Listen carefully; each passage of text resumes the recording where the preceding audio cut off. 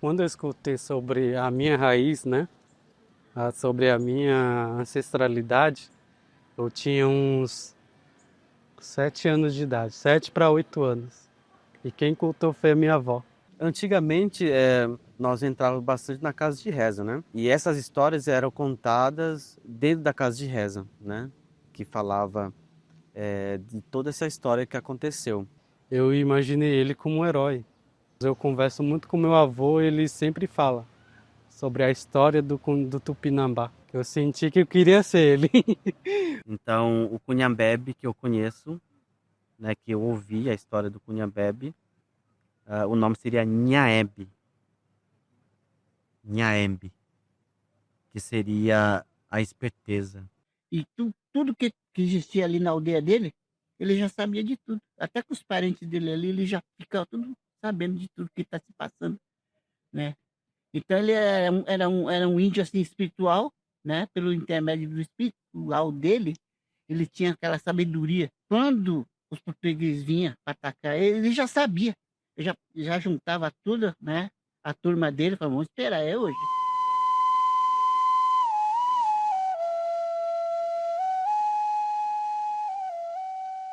E meu nome é Auá Menina.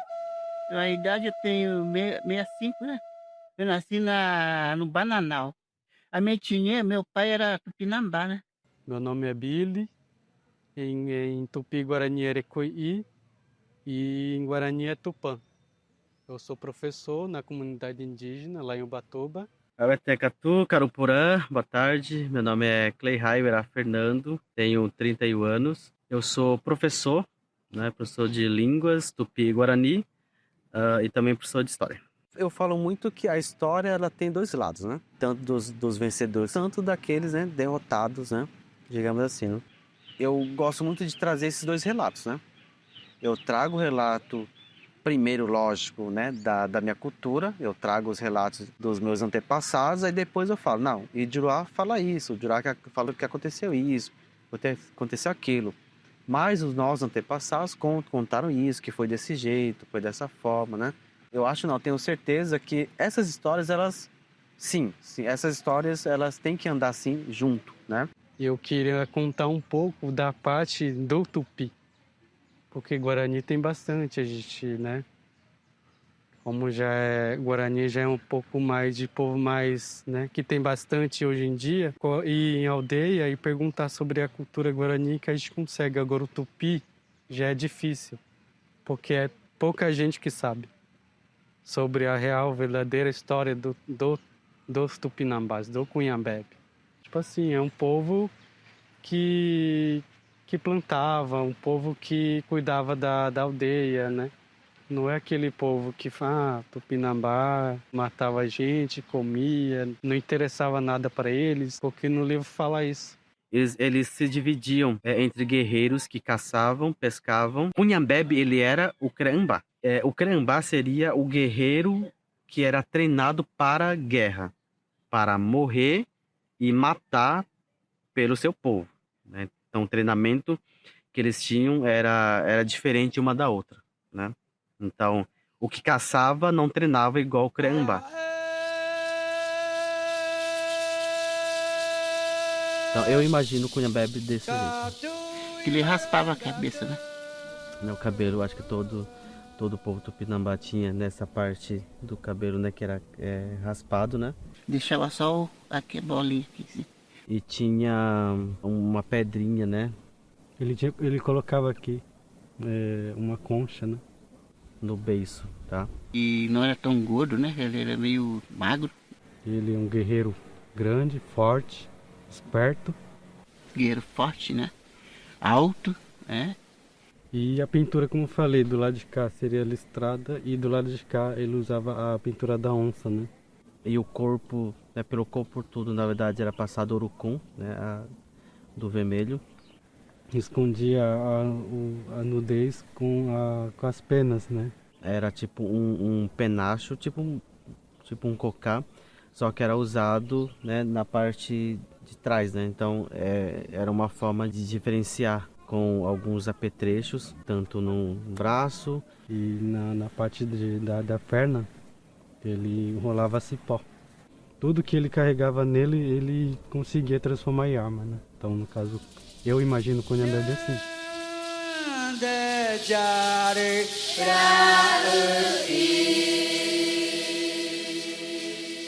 Não existia só o Cunhambebe, né? Como todos pensam ou falam. Tem o primeiro Cunhambebe, segundo, terceiro, quarto Cunhambebe. E hoje também mudou tanto, né? Que hoje a gente luta mais com palavras, com documento. Quando o Cunhambebe percebeu, né, que esses estranhos que vinham de outro lugar pensavam dessa forma, ele começou a combater através do diálogo. Só que depois teve o combate direto, né, quando o Cunhambebe percebeu que eles estavam aqui para ficar, né? Quando teve essa reunião, né, que o pajé contou, desses povos, os próprios caciques, né, que são os Morubixabas, né, os próprios Morubixabas falavam assim, então nós vamos nos unir, porém nós já temos uma pessoa que já está lutando já há bastante tempo contra os portugueses. Quem é esse? É o Cunhambebe. Então vamos colocar ele como líder de guerra. Tem uma pintura de Avaporu, né, que significa o comedor. Então, Uporu, terra, né, e Poru, né, então comedores da terra. Então eles começaram a chamar os portugueses de comedores da terra, né? Porque eles começaram a ver que eles tinham muita ambição pelo território. Os portugueses eles usavam espingarda, né? Que carregavam pela boca, assim, não sei se vocês conheceram. Atiravam no índio, aí ele vinha, carregava de nós. Aí na hora que ele estava carregando, o Cunhambebe aproveitava e tome-lhe. Os livros vão falar até o segundo Cunhambebe. Isso a gente conta nos livros, né? Os livros falam do filho do Cunhambebe, né? Que pegou a confederação. A liderança podia ter 10, né? 10, 11, quanto quisesse de esposa.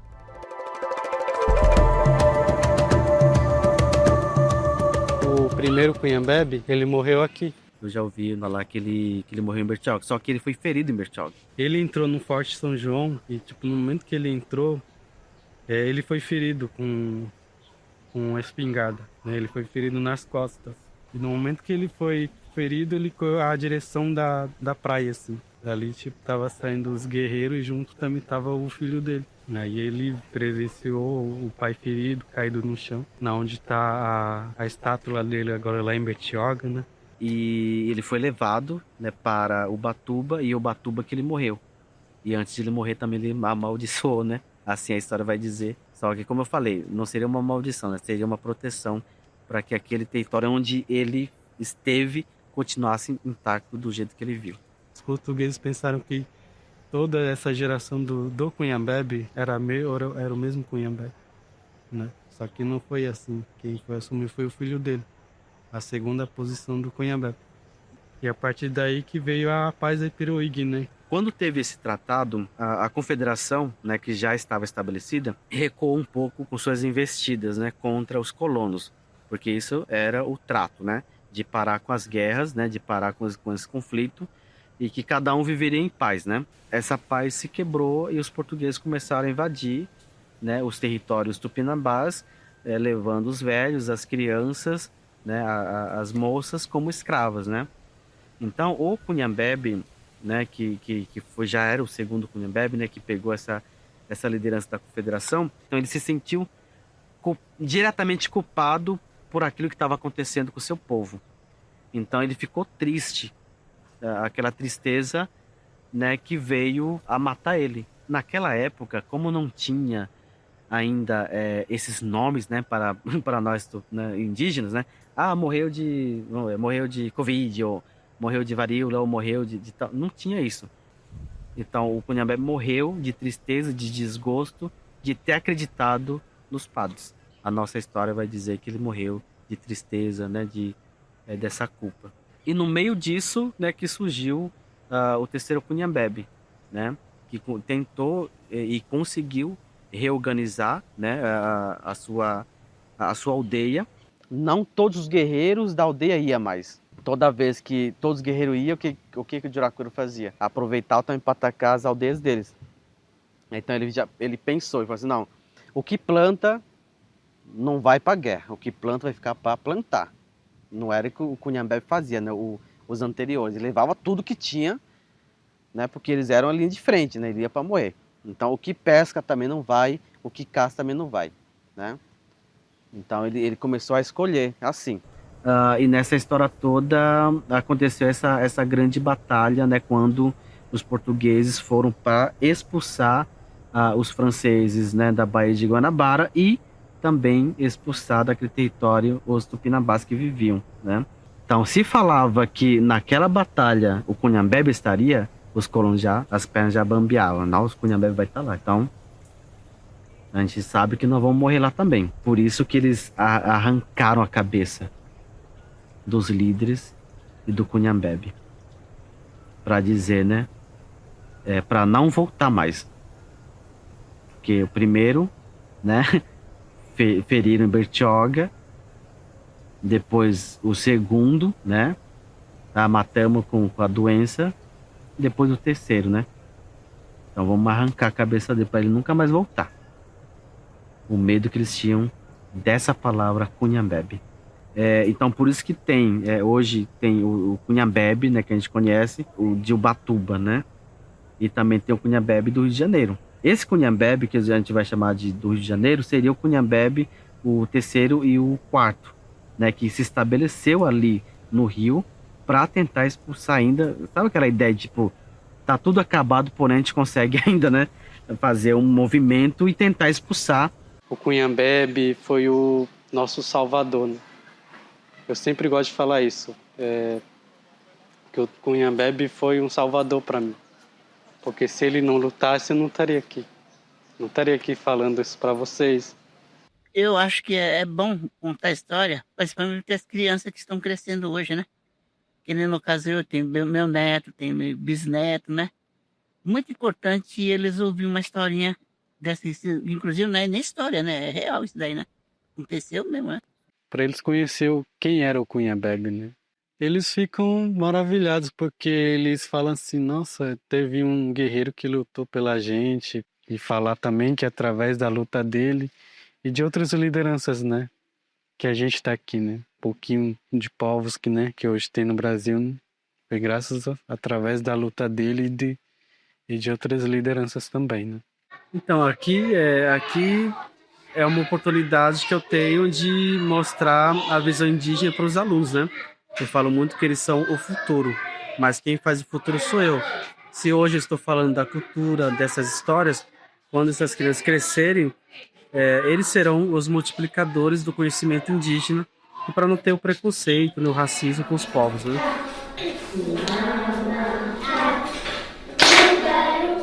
A história da cultura indígena, ela tem que ser valorizada, ela tem que estar na boca também das pessoas, né? Na mente, para escutar, para lembrar, para saber que não foi só daquele jeito que aconteceu, né?